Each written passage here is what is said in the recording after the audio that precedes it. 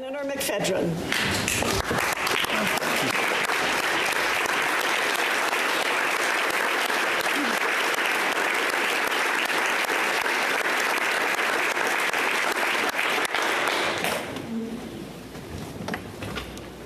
Merci, mes collègues. Thank you, colleagues. Thank you, Madam Speaker. I would like to speak in French and then in English. As a senator from Manitoba, I acknowledge that I live on Treaty 1 territory, the traditional territory of the Cree, the Anishinaabe, the Oji-Cree, the Dakotas, and the Dene, and the homeland of the Métis Nation, from Red River. I wish to emphasize that the Parliament of Canada is located on unceded and unreturned Algonquin Anishinaabe territory. Colleagues, on Monday, we welcome to this chamber the 30th Governor-General of Canada, Her Excellency Louise Arbour, and we're inspired by our official poet, a Manitoba native, Kimwemwe Undi, and she said, "This way, easier to teach than travel, calls us to speak, to echo the silenced, to listen first to understand. Certainly only that our good fortune is luck, not reward, a debt discharged with brief, erratic tender, life spent making this place mean something. We are proud to signify." This way, easier to teach than travel, calls us to speak, to echo the silenced, to listen first to understand, certain only that our good fortune is luck, not reward, a debt discharged with brief, erratic tender, life spent making this place mean something we are proud to signify. Fun fact, shared already by Senator Cardozo, I was one of Louise Arbour's first students when she came to Osgoode. Less known is that she was only the second woman ever on the faculty in those early 1970s, and she was in her first ever English-speaking position and unmistakably brilliant, even when she wasn't that comfortable with the language, which is long ago now. I was a founding member of the Women's Caucus of Students, formed in response to the blatant sexism blooming because the number of women law students leapt from less than 10% to over 30% over one summer. And frankly, the patriarchy was in shock. Such are the adventures that shape us. And here we are, in another bastion of patriarchy, in which, as Senator Daskal reminded us yesterday in her excellent farewell speech, 55% of senators are now female. An achievement I doubt will last. But I am grateful that my decade here has been this decade. I do have a few observations to share on this unique place and institutional culture. Allow me to begin with sincere gratitude, laced with a fondness that did not come quickly. What a complex, multifaceted institution this is, created and protected by the Constitution of Canada in 1867, with a decision-making architecture largely unchanged to this day. Yet, it's exemplified positively by so many of the people here today. Parliamentarians, former colleagues, students, interns, staff, friends, beloved family members who nudged me toward this place and have sustained me through many a moment of questioning if I should stay. my eagle feather. I hold this eagle feather, given to me by a Manitoba matriarch, Leslie Spillett, who handed it to me just before my swearing in, beside my sponsor, the late, great Murray Sinclair. And she said, "Keep this with you. You are going to need it." Please join me on my journey of gratitude in looking back to how I came to be here.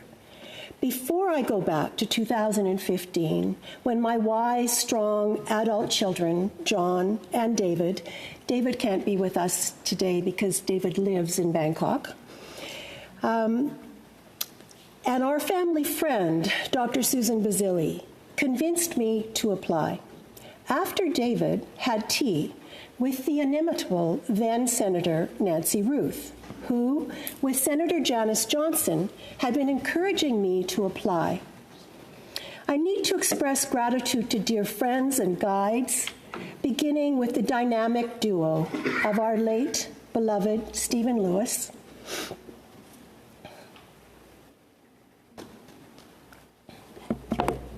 I can cry and talk at the same time.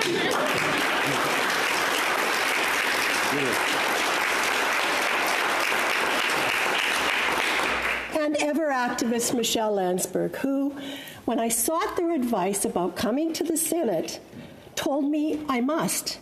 But then I said, "But you've both been asked to be senators, and you said no." And they said, "Well, we're NDP. We can't say yes to the Senate, but you have to go." Many a time over the years, I sat on their couch or in their garden and whined. And always they sustained me and sent me back here. If I had not returned to Manitoba, I would not be here. Some of you may know that in 1981, when the Charter was being negotiated, the Honourable Dr. Lloyd Axworthy, one of the finest, most innovative foreign ministers Canada has had, and I, as a spokeswoman for the Ad Hoc Women on the Constitution, did not agree on much in those days.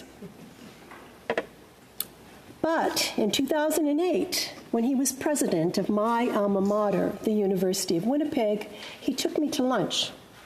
And he looked across the table and he said, "It's time to come home. We need you here." And within a few months, I had resigned as Chief Commissioner in Saskatchewan for the Human Rights Commission and returned to my home province of Manitoba after about 40 years away, to serve as the first Dean Principal of the Global College to build a new human rights undergraduate program. What a gift he gave me. Two of my very best former students, Chelsea Caldwell and Matthew Perron, are here today. 8 years later, I was honored, and with many others, especially Big L liberals, surprised that I was called to the Senate of Canada to become an independent senator for Manitoba under the unprecedented arm's-length, community-driven selection process established by newly elected Prime Minister Justin Trudeau. Please join me in welcoming in our gallery today a principal creator of the new selection process that brought many of us here when she was the Minister for Democratic Reform, the Honourable Maryam Monsef.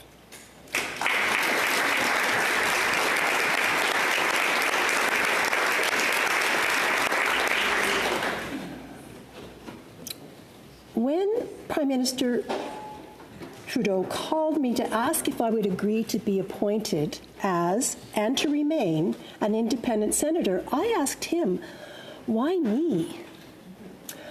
I recall he chuckled and said something like, "I hear you like to change things, and the Senate needs reform." Then he asked me, "And why are you interested in being a senator?" And I said, "It's in my application. My priority is to bring civil society, especially young, diverse leaders, to the Senate and the Senate to them."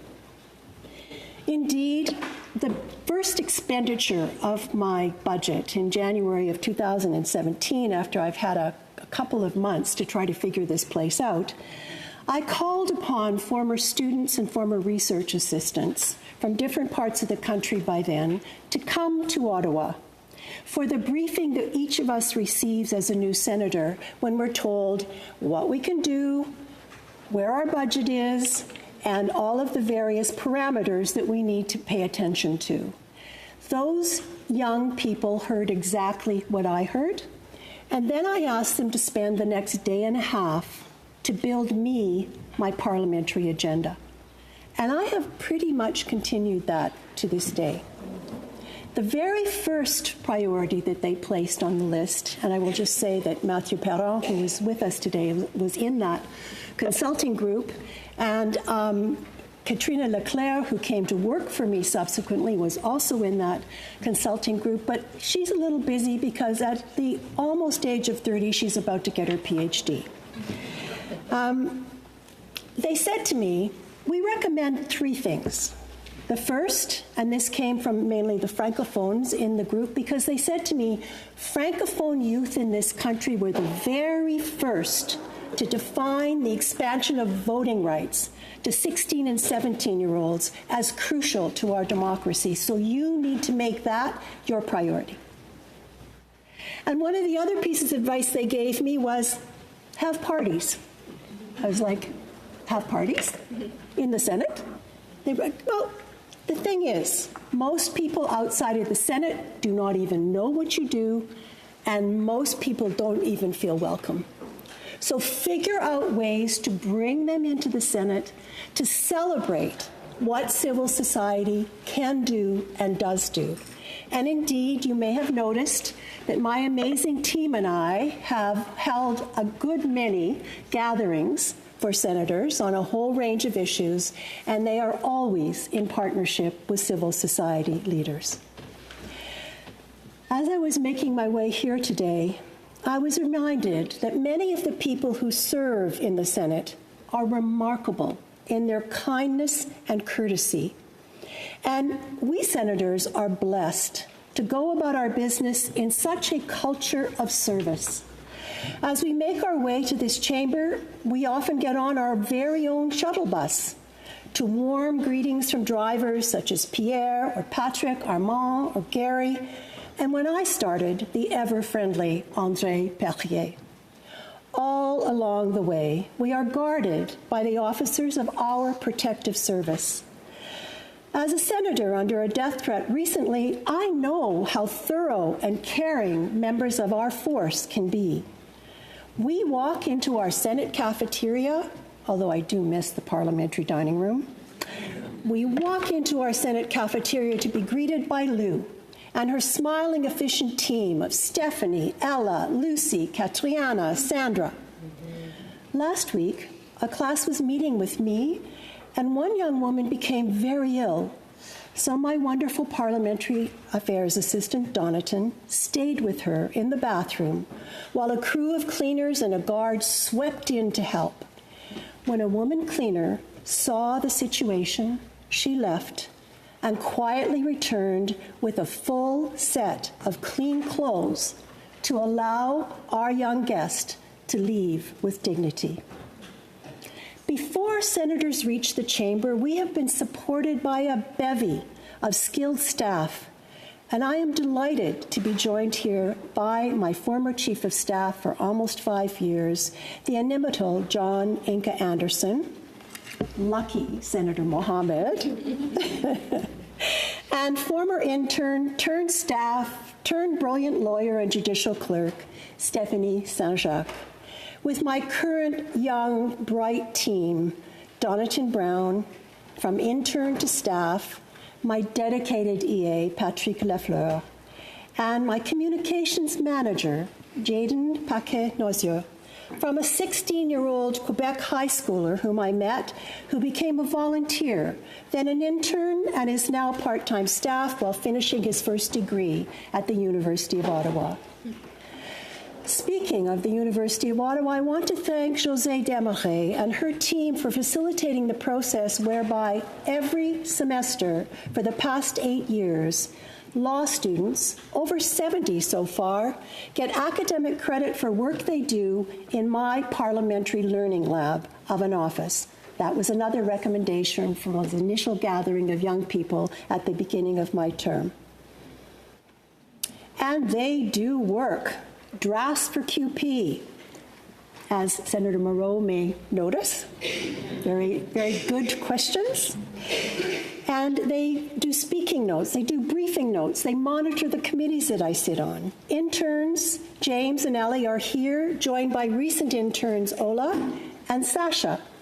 Ola's now graduated from law, and Sasha is in grade 11 and looking forward to the Ryder study on democratic inclusion and resilience, for which I thank all of you for the gift of yesterday. Then senators arrive in the chamber, greeted always warmly by efficient, often effervescent pages, and always, except for today, Black Rod, Mr. Greg Peters, and amazing John Shand, another Manitoban, with the resplendently robed table officers led by the first woman clerk of the Senate, Sheila Anwar. And of course, our president, our speaker, also from Manitoba, is the Honorable Raymond Gagné. Truly, there is no other job in this country with the privilege, independence, security, amenities, and resources, financial and human, that senators have.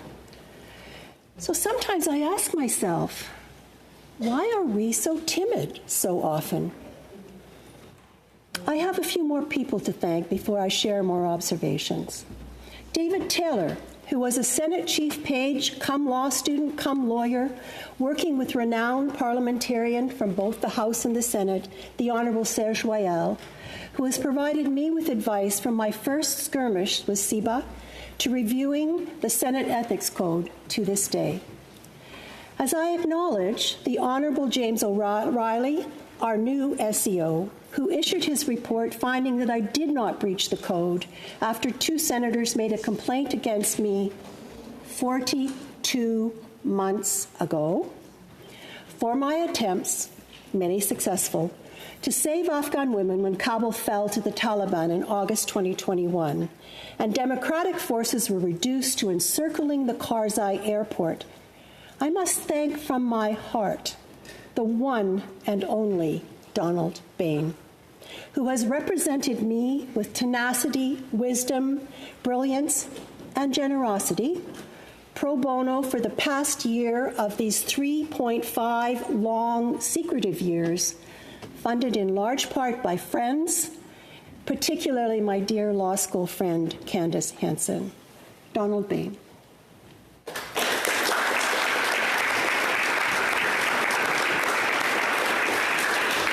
I was a fangirl before I ever met you, and I'm a bigger fangirl now.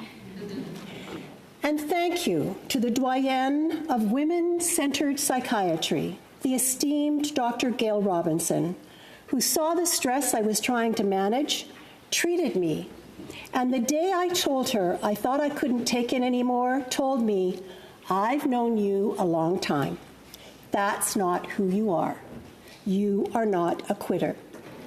Dr. Robinson, you couldn't be with us here today, but your counseling and the antidepressants helped me get through this until I could speak today.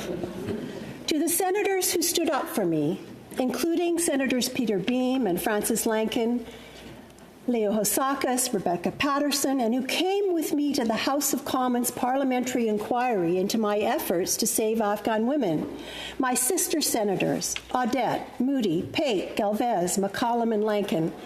All I can say to you is that I will always treasure your support.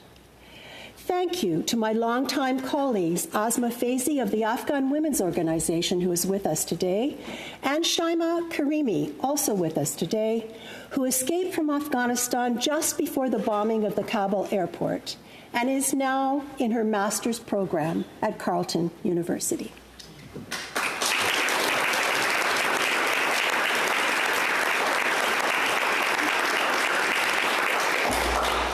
To my sister, Senator Mary Jane McCollum, Chi Miigwech, We laugh when from time to time people mix us up. Manitoba, Mary Jane, Marilou, McCollum, McPhedran, and because so often we have stood together, often quite alone, and of course we look so much alike. In her essential guide, Ally is a verb, Rose LeMay, who is here with us today, notes, quote, "The work for reconciliation, equity, and safety for Indigenous people will have positive impacts for everybody. When one of us is at risk, we are all at risk." When I returned to Manitoba, I asked my friend, the Honourable Anita Neville, and I didn't know that Senator Osler was going to quote her today. I asked her who were the Indigenous women leaders in Winnipeg I needed to meet. And she led me to the Manitoba matriarchs, Diane Redsky, Sandra de la Ronde, Hilda Piers-Anderson, Celeste McKay, who have taught me so much. I'll give one short anecdote that illustrates the power of these women. As you know, likely, we had a very significant delegation from the European Union. All the ambassadors came to Manitoba not that long ago. And in advance of that, the wonderful ambassador for the Kingdom of the Netherlands, Margriet Vono, who I'm very honored to say is a friend, was coming a day early. So I said, well, why don't we reach out and see if we can have lunch with some of the Manitoba matriarchs? And of course, then her office got into it. And I get a memo from the office saying, well, please just tell us where she needs to be, where the ambassador needs to be, and she will pay for this lunch. And I wrote back and said, oh no, that's not how it works with the Manitoba matriarchs. We will go where we are told to go, and they will take care of it all in their own way, and we will both behave. And it went incredibly well. We had an entirely Indigenous meal at the amazing Bistro Notre Dame. And I think it's fair to say that it was one of the highlights for the ambassador in her time in Manitoba. Before my life was so enriched by the Manitoba matriarchs, I had been long inspired by the consummate ally, co-founder of the Feminist Alliance for International Action, FAFIA, Sheila Day, in her work with brilliant Indigenous women like lawyer and litigation trailblazer Sharon Donna McIver, who described the long-term litigation strategy developed with ally lawyers like LEAF co-founder, brilliant litigator Mary Eberts. She wrote, in Aboriginal Unmasked, using equality litigation to advance women's rights. At first glance, the cases may appear to be about civil and political rights, but in fact, they all involve issues of social and economic equality. These issues are inseparable for Aboriginal women and their lives, make evident the need for interpretations of their sex equality rights that recognize the indivisibility of civil and political rights and social and economic rights. As I get closer to my observations, I want to turn to a book that was given to me last week in the lobby of the Chateau Laurier, and that's entitled A People's Senate for Canada. It's written by Helen Forsey, who is the daughter of the legendary Senator Eugene Forsey. This is something that he had to say about reform. A reform many of us are rather keen on is that an appointment every senator should sever completely his ties. He wrote this in 1978. A reform many of us are rather keen on is that on appointment, every senator should sever completely his ties with any political party, at least for senatorial purposes. Once we are in here, we should regard ourselves as independents. There should be no party whips, and on every bill, we should vote exactly as we see fit, not on the basis of what the whip tells us. This is what I, Eugene Forsey, have done all along. No whip has ever come near me. If he did, he would get a flea in his ear, I can tell you. End of quote. I also want to reference, very often referenced, our late and fairly short-term colleague, Ian Sugart, whom I had met many times over the years in various advocacy involving, he did hold so many high-level positions in the federal government. But in his address to us, he said, "Honorable Senators, whether it is what we say to or about each other, or how we learn again to listen and dialogue with others who don't share our outlook, or how we guard the health of our institutions, we need to relearn the virtue of restraint." Now that word, restraint, has become very popular in this chamber, and it has been interpreted in many different ways. Senator Sugart went on to say, "Canada is a big, diverse country, geographically, socially, culturally, economically, and philosophically. For each of us, for parties and for institutions, restraint may begin with acknowledging that our point of view, legitimate as it is not the only point of view." And from this, I want to give one of my observations. For me, there is a considerable distance between the restraint that has been defined here by a number of senators as being one of not speaking, not acting, even when we see things in legislation or policy that concern us greatly. For me, there is a pathway, and it doesn't start with that inaction. There are many steps along the way before a decision to take no action or to say nothing or do nothing is made. And I want to acknowledge there are times when that surely is appropriate. But there's another kind of restraint. And that is the restraint to not look away, to not be silent. It is the restraint so that we do not succumb to a kind of timid approach to being senators. The history of this institution is specifically based on the writings of John Stuart Mill. In 1864, at the Conference of Quebec City, several of the founding fathers of Confederation directly quoted John Stuart Mill from his treatise on liberty, and it is nice to remember that he was the parliamentarian in Great Britain who proposed that women should get the vote.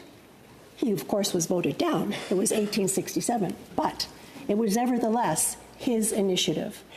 And to know that the fathers of Confederation were so influenced by someone who was so far ahead of his time in terms of understanding what equality does to increase viability of a democracy and to strengthen by far the most necessary asset for a democracy, people, human beings. So I want to briefly speak about CIBA as one of the areas where I hope you will pay some more attention. When I congratulated Senator Lufreda on becoming chair of CIBA, he said something like, "Well, I hope I can make a positive difference." And I said, "Senator, you probably won't change CIBA, but CIBA will change you." And by that, I am not casting aspersions on individual people here. I want to talk about the architecture of self-governance in the Senate of Canada. I want to acknowledge that we work within a closed system, a completely closed system of decision-making that for the most part is in secret.